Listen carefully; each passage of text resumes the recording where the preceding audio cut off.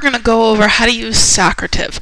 Socrative is a smart student response system that you can use on any device, phone, or a tablet. What we're going to go over today are two different things. We're going to go over the teacher user and the student user. So when you first go to Socrative.com, that's www.Socrative.com, SOCRATIVE, you're first going to come to their homepage, and there are three different buttons that you can choose over on the right hand side. Two are green and one is blue. Now if you've never been to the site before and you've never signed up, as a teacher you're going to want to go to that right hand side and you're going to go to that blue icon and you're going to go to the teacher sign up button. Now if you've already been to the site, you can go to the teacher login. So what we're going to do is we're going to go to the teacher interface, and I'm going to show you some of the different things that you can do, and then we're going to go to the student user interface, and I'm going to show you what it would look like from a student's perspective. So when you hit the icon for teachers, it's going to take you to the login page, and you're just going to sign in with your email address and your password.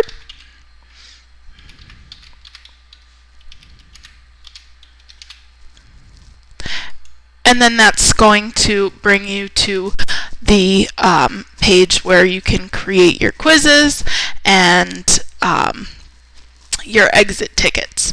Now there are many different things that you can do using Socrative. Most teachers use this to create quizzes that students can use on their tablets or their mobile devices.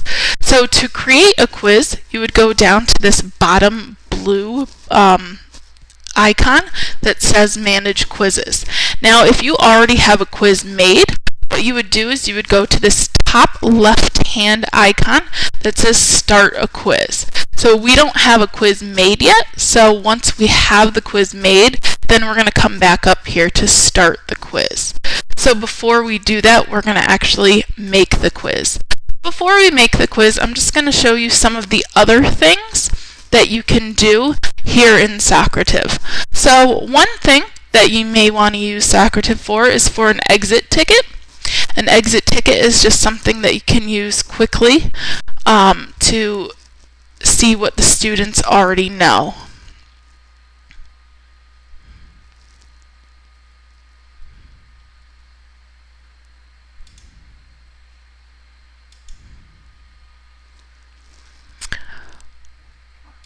So an exit ticket can be anything that you have given the students. It can be a few different questions, whatever you want, something, what have you learned today, what was the best thing that you learned today. So as you see, I have already given something like that.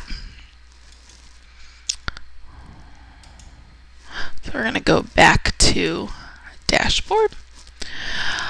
A quick question is just something quick to ask the students. So you have your multiple choice, your true, false, and your short answer. We're going to go through this in more detail when I actually show you how to create a quiz. And then you have something called the space race. The space race is something fun that the students can do. What you can do is you can select a saved quiz. So I actually have a couple of quizzes already made. I have an Algebra 1 and then something called Math. So I would just select one of the two. And then the number of teams, you can go from 2 teams all the way up to 15. So we'll say 3 teams. And then you can auto-assign team colors, or you can have the students assign their team colors, and then you can start the activity. It's a fun way for the students to practice what they know instead of doing this in a quiz form. Okay, so if we go back to the dashboard, which is kind of like our home page, we're going to manage our quizzes, and this is where we're actually going to create a quiz. So you can do a few things here. You can create your quiz. You can import a quiz from somewhere else. You can view the quizzes that you've already made. So you can see I already have a few quizzes. When we go to My Quizzes, I have Math and Algebra 1. Okay. And then you can also view reports. So after we create a quiz and then have a student take the quiz, we'll actually view the reports. Okay. So we're going to create a quiz. And what you can do is you can actually name your quiz. So we're going to name the quiz Mathematics, since I already have math. Okay, and we're going to make 3 different types of questions. So you have choices, you have your multiple choice, your true false, and your short answer. So we're going to make that first one, we'll make that a multiple choice question. Okay.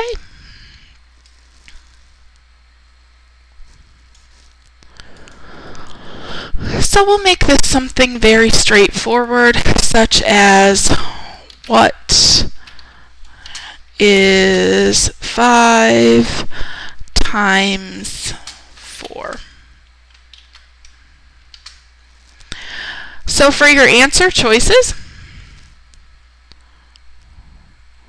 you're going to click on each and you're going to put in different choices. So for the first one, we'll put in the correct choice, which is 20.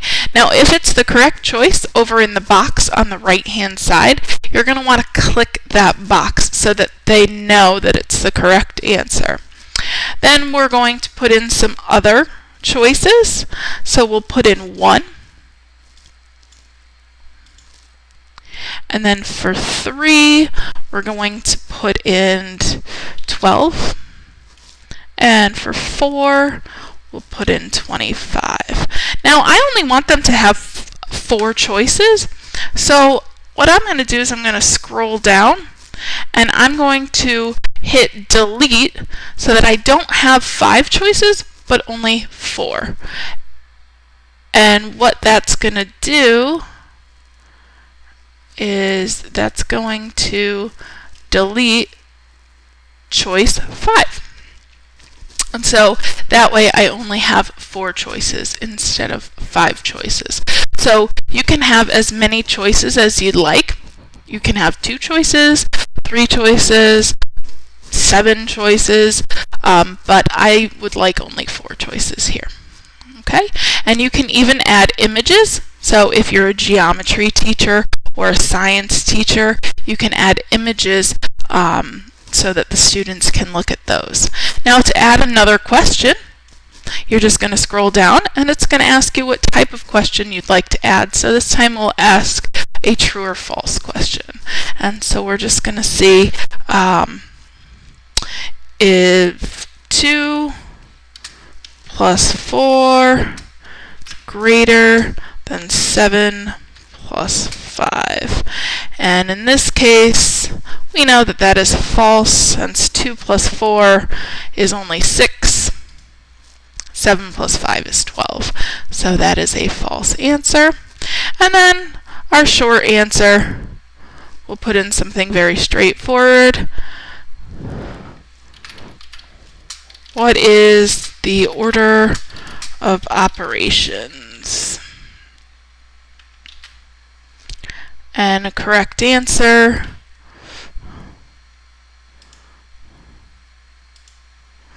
would be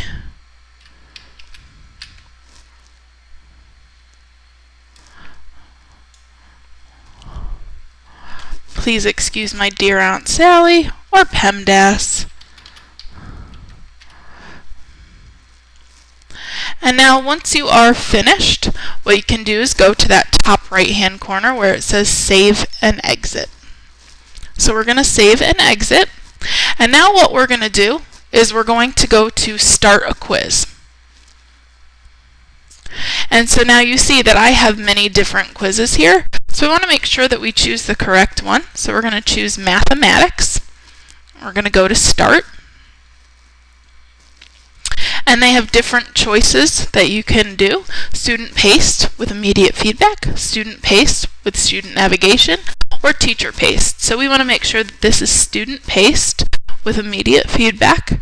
And we're going to disable student names, or we're going to not disable student names. We're not going to randomize question order. We're not going to randomize answer order, and we're not going to disable the student feedback. So now we're going to hit start.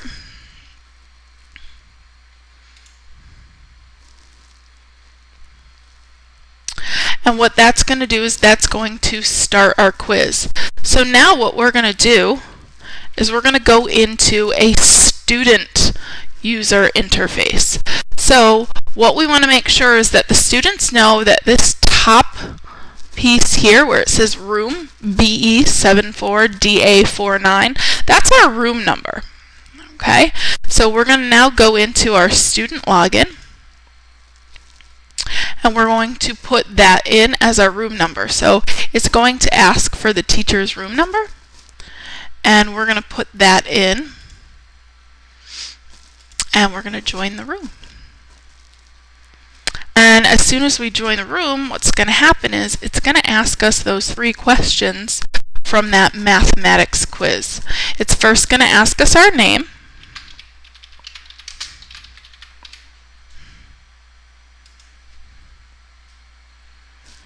And then it's going to ask us those 3 questions. So, what is 5 times 4?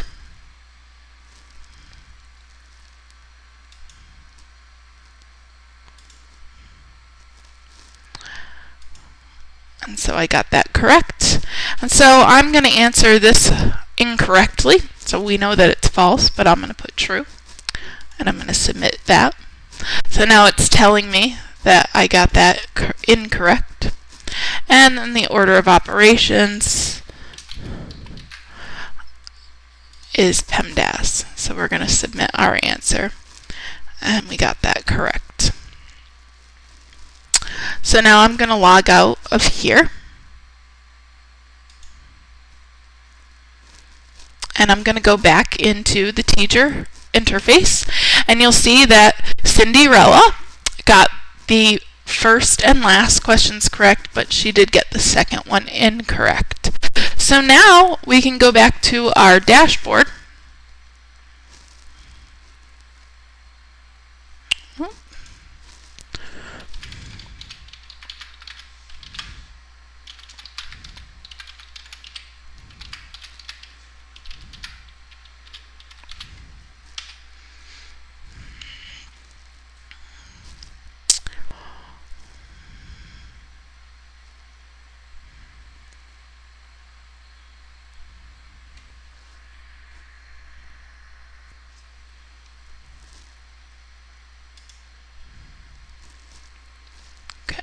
So we're going to finish the quiz.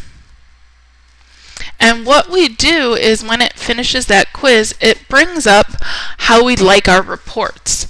So we can have reports emailed, downloaded, or we can view the chart. Now viewing the chart is actually what we see right in front of us, but if we wanted to, we could actually download that in an entire class Excel or an individual student PDF. So what I'm going to do is I'm actually going to look at that in an individual student PDF. So I'm going to submit that.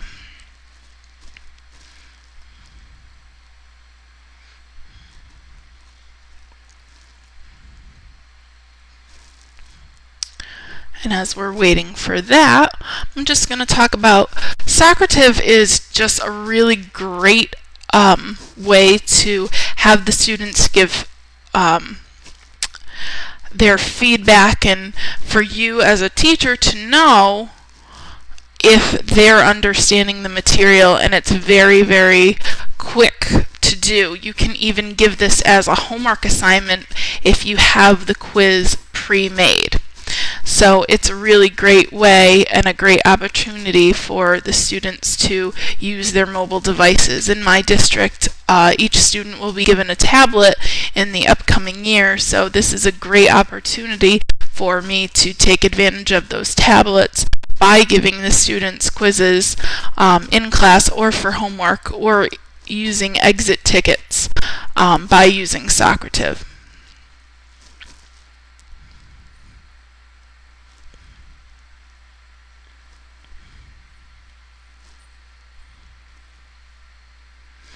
So you can see that it will bring up a PDF file.